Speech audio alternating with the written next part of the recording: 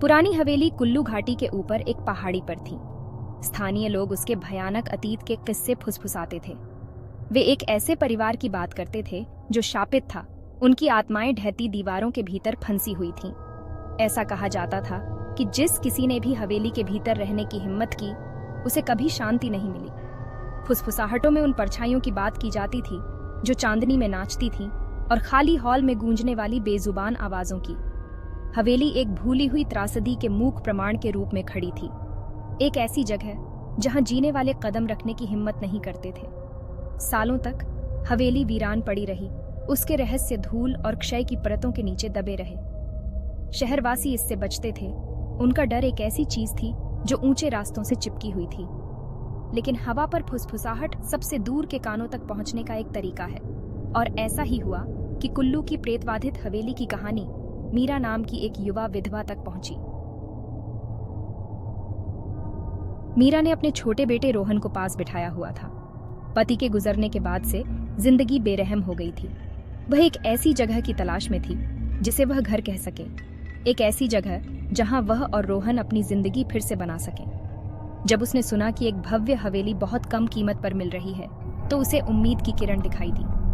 स्थानीय लोगों ने उसे हवेली की डरावनी कहानियों के बारे में चेतावनी दी, लेकिन मजबूरी के आगे सबसे समझदार डर भी खामोश हो जाते हैं। भारी मन और होठों पर प्रार्थना के साथ मीरा ने एक मौका लेने का फैसला किया। हवेली जितना उसने सोचा था उससे कहीं अधिक भव्य थी। उसका क्षय उसकी उदासी भरी सुंदरता को और बढ़ा रहा था। जैसे ही उसने धनुषाकार द्वार से कदम रखा, उसकी रीढ़ की हड्डी में कंपकपी दौड़ गई। धूल के कण धूप की हल्की किरणों में नाच रहे थे जो गंदी खिड़कियों से अंदर आ रही थीं। सदियों की खामोशी से हवा भरी हुई थी। बेचैन करने वाले माहौल के बावजूद मीरा के दिल में उम्मीद की एक किरण जग गई। शायद यह उनकी नई शुरुआत हो सकती है। दिन हफ्तों में बदलते गए और मीरा और रोहन अपने नए घर में बसते गए। उसने धूल और मकड़ी के जालों को साफ करने के लिए अथक परिश्रम किया। उसकी हंसी कभी खामोश रहने वाले हॉल में गूंजती रही। अतीत के बोझ तले दबे रोहन को ऊंचे बगीचे में तितलियों का पीछा करने में खुशी मिली। लेकिन जैसे ही हर दिन सूरज डूबने लगता, हवेली पर एक अजीब सी बेचैनी छा जाती। परछाइयां फैली और मुड़ी हुई लुप्त होती रोशनी में भयानक रूप लेती हुई। फुसफुसाहट दीवारों से ही निकलती हुई प्रतीत होती थी।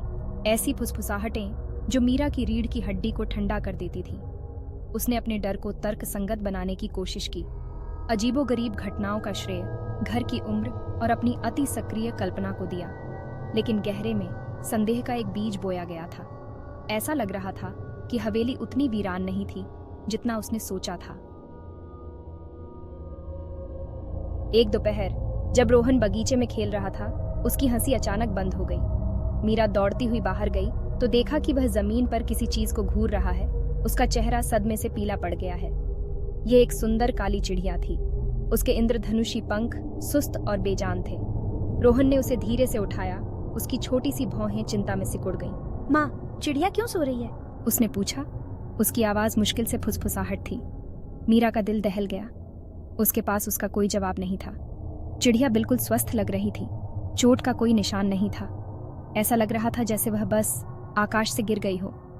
उस रात जब मीरा ने रोहन को बिस्तर पर लिटाया तो उसने अपने टेडी बियर को कसकर पकड़ लिया। माँ, क्या आपको लगता है कि चिड़िया हमेशा के लिए सो गई? मीरा ने उसके माथे को चूमा। उसके डर को शांत करने की कोशिश कर रही थी। कुछ चीजें मेरे प्यारे समझने के लिए नहीं होती हैं, उसने धीरे से कहा। भाग 5। रात में फुसफुसाहटें। जैसे जैसे दिन बीतते गए, अजीबोगरीब घटनाएं होती रहीं। दरवाजे अपने आप खुलते हुए प्रतीत होते थे। रात के सन्नाटे में पदचाप गूंजते थे और वस्तुएं गायब हो जाती थीं और सबसे अप्रत्याशित जगहों पर फिर से प्रकट होती थीं। मीरा का शुरुआती डर एक दृढ़ संकल्प में बदल गया। उसने अपने घर से खदेड़े जाने से इनकार कर दिया। वह सब कुछ सहने के बाद नहीं, लेकिन एक रात उसकी जागरूकता के किनारों पर सताने वाली फुसफुसाहटें तेज हो गईं और जोरदार हो गईं। ऐसा लग रहा था कि वे हवेली के उस हिस्से से आ रहे हैं जहां कोई नहीं जाता था। एक ऐसी जगह जहां वह आने के बाद से बचती रही थी। जिज्ञासा और शायद कर्तव्य की एक रुग्ण भावना ने उसे जांच करने के लिए मजबूर किया। कांपते हाथ से वह जंग लगे दरवाजे के हैंडल तक पहुंची। भाग 6। एक वादा निभाया, एक जान गंवाई। हवेली के उस हिस्से में हवा सड़न की दुर्गंध और भूले हुए दुखों के बोझ से भरी हुई थी। जैसे ही मीरा सावधानी से दालान से नीचे उतरी, उसने कुछ अजीबोगरीब देखा। फर्श फीके फूलों की पंखुड़ियों से अटा पड़ा था, मानो किसी ने उन्हें पहले से तय रास्ते पर बिखेर दिया हो। उसने निशान का पीछा किया। उसका दिल उसकी छाती में तेज हो रहा था। ये उसे दालान के अंत में एक छोटे से धूल भरे कमरे में ले गया। कमरे के बीच में एक पालना था। उसका पेंट उखड़ रहा था और उसका गद्दा फटा हुआ था। जैसे ही मीरा करीब आई, उसने देखा कि पालना खाली था। केवल एक मुरझाया हुआ गुलाब फीकी रेशमी चादरों पर पड़ा था। अचानक उसने नीचे से एक दुर्घटना की आवाज सुनी। ये कांच के टूटने और एक आदमी के चौंके हुए रोने की आवाज थी। ये बूढ़ा कार्यवाहक रामू काका था, जो मीरा की मदद के लिए सप्ताह में 2 बार आता था। भाग 7। आमने सामने। मीरा सीढ़ियों से नीचे भागी। उसका दिमाग दौड़ रहा था। उसने रामू काका को मुख्य सीढ़ी के नीचे पड़ा हुआ पाया। उसका चेहरा दर्द से सिकुड़ा हुआ था। उसका पैर एक अप्राकृतिक कोण पर मुड़ा हुआ था और टूटे हुए लालटेन के कांच के टुकड़े उसके चारों ओर बिखरे पड़े थे। उसने मीरा की ओर देखा। उसकी आंखें दहशत से फैली हुई थीं। मेम साहिब, उसने हाँफते हुए कहा, हवेली ये शापित है। मैंने देखा। इससे पहले कि वह अपनी बात खत्म कर पाता, हवा के एक ठंडे झोंके ने बाकी लालटेन को बुझा दिया, जिससे हवेली अंधेरे में डूब गई। उस समय मीरा को कमरे में किसी की मौजूदगी महसूस हुई, कुछ ठंडा और द्वेषपूर्ण। वह धीरे से मुड़ी। उसकी सांस उसके गले में अटक गई। वहां परछाइयों में खड़ी एक महिला का सिलहूट था। वह लंबी और आलीशान थी। चांदनी और धुंध से बुने हुए उसके रूप में एक झिलमिलाहट थी। भाग 8। एक माँ का गुस्सा। भूतिया आकृति मीरा की ओर बढ़ी। उसकी आंखें एक ठंडी अलौकिक रोशनी से जल रही थीं। ये मेरा घर है, प्रेत ने फुफकारा। उसकी आवाज एक ठंडी फुसफुसाहट थी, जो मीरा की हड्डियों में समाती हुई प्रतीत होती थी। इस जगह को छोड़ दो और कभी वापस मत आना। मीरा अपनी जगह पर खड़ी रही। डर उसे अपने आगोश में लेने की धमकी दे रहा था, लेकिन ऊपर अकेले और असुरक्षित रोहन के ख्याल ने उसके भीतर एक आदिम रोष को जगा दिया। ये मेरा भी घर है, मीरा ने जवाब दिया। उसकी आवाज कांप रही थी, लेकिन दृढ़ थी। और तुम हमें डराकर नहीं भगाओगे। भूतिया आकृति पीछे हट गई, मानो मीरा की अवज्ञा से हैरान हो। उसके ईथर चेहरे पर पीड़ा का भाव झिलमिला उठा। भाग 9। हवेली से भागना। तुम अपने भाग्य से नहीं बच सकते, प्रेत ने विलाप किया। उसकी आवाज गहरे दुख से भरी हुई थी। यह हवेली, यह मुझसे बंधी है और उससे। आकृति टिमटिमा गई और एक क्षण के लिए मीरा ने सोचा कि उसने भूतिया महिला के बगल में एक युवा लड़के की छवि देखी। फिर जितनी जल्दी यह प्रकट हुआ, उतनी ही जल्दी यह दृश्य गायब हो गया। प्रेत मीरा से दूर हो गया, उसका रूप झिलमिलाता हुआ और लुप्त होता हुआ। जाओ, भूत फुसफुसाया। उसकी आवाज एक गहरी उदासी से भरी हुई थी। इस जगह को छोड़ दो, इससे पहले कि यह तुम्हें भी अपना दावा कर ले। मीरा को 2 बार बताने की जरूरत नहीं थी। उसने घायल रामू काका को उठाया और रोहन को अपनी तरफ खींचते हुए प्रेतबाधित हवेली से भाग गई। भाग 10। आजादी की कीमत। जैसे ही वे ठंडी रात की हवा में निकले, मीरा ने हवेली पर एक नजर डाली। महिला की भूतिया आकृति सबसे ऊपरी खिड़की पर खड़ी थी। उसका ईथर हाथ मानो विदाई में फैला हुआ था, या शायद यह एक चेतावनी थी। मीरा कांप उठी और जल्दी से चली गई।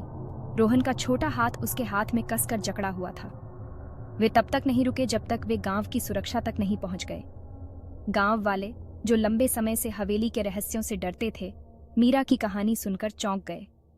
उन्होंने रामू काका की चोटों की देखभाल की और मीरा और रोहन को आश्रय और दया की पेशकश की। जैसे जैसे दिन हफ्तों में बदलते गए, मीरा को गांव के समुदाय की गर्मजोशी में सांत्वना मिली।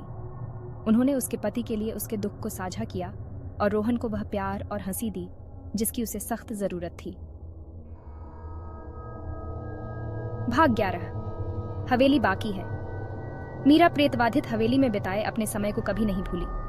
फुसफुसाहट, परछाई और महिला की भूतिया आकृति उसकी स्मृति में अंकित हो गई।